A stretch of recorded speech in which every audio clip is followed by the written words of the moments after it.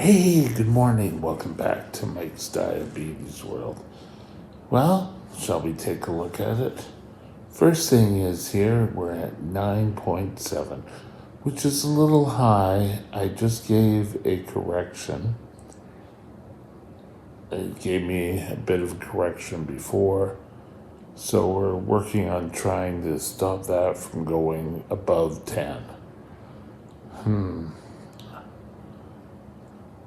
But we've had a couple of corrections this morning and it hasn't sort of got into place.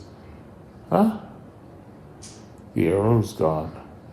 There was an arrow there earlier. I don't know if it was on the video. Okay.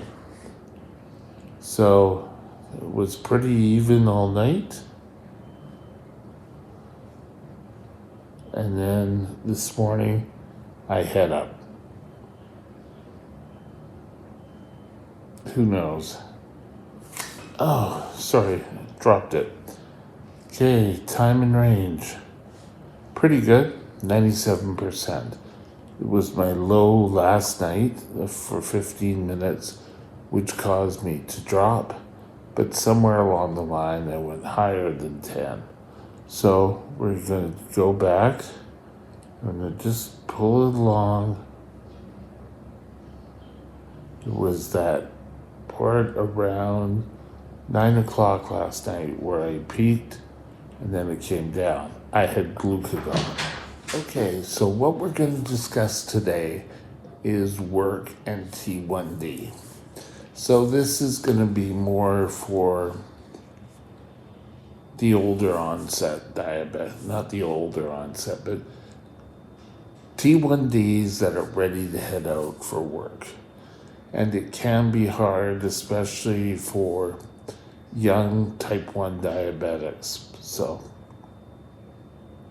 let's get going.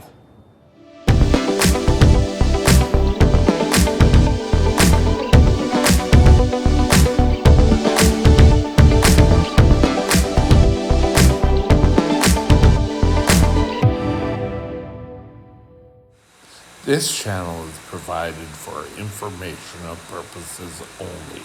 Contact your physician for any diagnostic or treatment plan. Okay, let's start with the job interview. Do you need to tell the people that you're in an interview with that you have type 1 diabetes? The answer is probably not. Unless it's a question to do with safety. Sort of like if you want to be an airline pilot, commercial airline pilot, you cannot have type 1 diabetes. Same as a police officer. Those, for public safety, you might need to identify as a type 1 diabetic. You don't really need to tell anyone. I think, if I can remember correctly, when I went for my job interview for my very first job, it was to be a salesperson at a retail store chain. A job I stayed with for 18 years. But, okay. I did not come out with my disability. Well, I didn't really even consider a disability with my ailment. Because you gotta remember, this was the time I really wasn't taking care of me. And we found one of the problems I was having was because I was working nights. And then trying to switch back to if I had a doctor's appointment or whatever, all the switching back between daytime, nighttime, when I would have time off for days off or whatever, I'd go back. So after 5 years of doing night duty, I kind of said, you know what? I can't work nights anymore. I've been doing it for 5 years. It's time to move on. Well, they had to hire a new night person. I started working 3 to 11s. I'd work the mornings.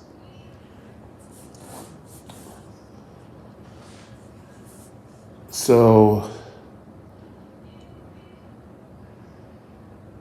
I don't know if that tainted. I don't know if there were any other type 1s working. But for me, nights did not work. But getting back, the reason why I went off of that tangent was because I did not let them know until at least 5 years of being employed with the company. And I was lucky. I had a company that had a lot of pro-human resources values. So I was moved on. I later became a trainer with that company, and it was great. I did management.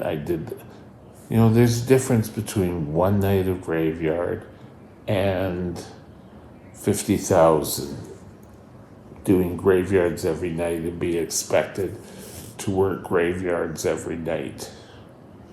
It caused havoc for me. So you don't need to tell them until they pretty well say, yes, you have the job and you have a job offer.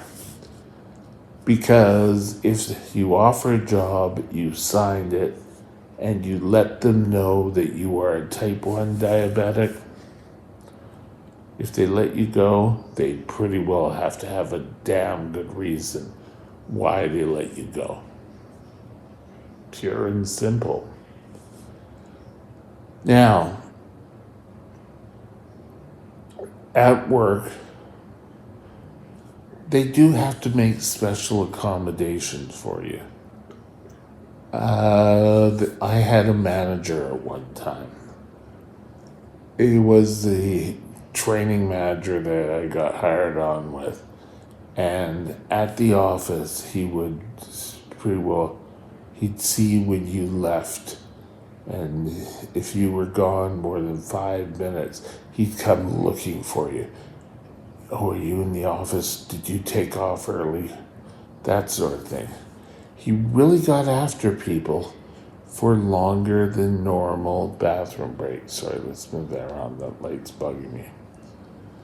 Now, that is something we all have to deal with, but not to that extent. If you're constantly going to the bathroom on your shift, your boss may say, hey, what's up? But at that point, you need to be honest. Say, hey, I've got diabetes. I'm going through a rough patch right now of higher than normal blood sugars. But you need to stand your ground also. If he comes around and said, well, if I knew that, I wouldn't have hired you. That's not a good thing to hear. And that should be reported to your HR department. Because what he's doing now is indirectly pointing you out as an issue. So they're going to go and try to get rid of you now. Or he or she is going to try to get rid of you. Anytime people have to make special arrangements, they get really iffy and, oh well, it's just a waste of our time. We'll just have to get rid of them. So, you know what to do about things. Now, being a diabetic in most life situations can be a pain. I talked to you a bit about doing plannings in one of the videos just leading up to this. Planning can make your life easy as pie. So plan what you're going to do at work and how you can implement diabetes into the plan. No one can tell you to put your health at risk for the sake of the diabetes. It doesn't matter what. You have a right to do what you have to do in order to live your life productively and to be the best person you want to be. We're so often, they are quite particular. Someone says, oh, it's based on religious reasons. But I find type 1 diabetes, and rightfully so, sorry, I should have said that, rightfully so, that religious reasons hold credibility and should be done. But when they take a look at type 1 diabetics, it's sort of a different story. Sorry, I know I keep moving the... Sorry, my bad. Now,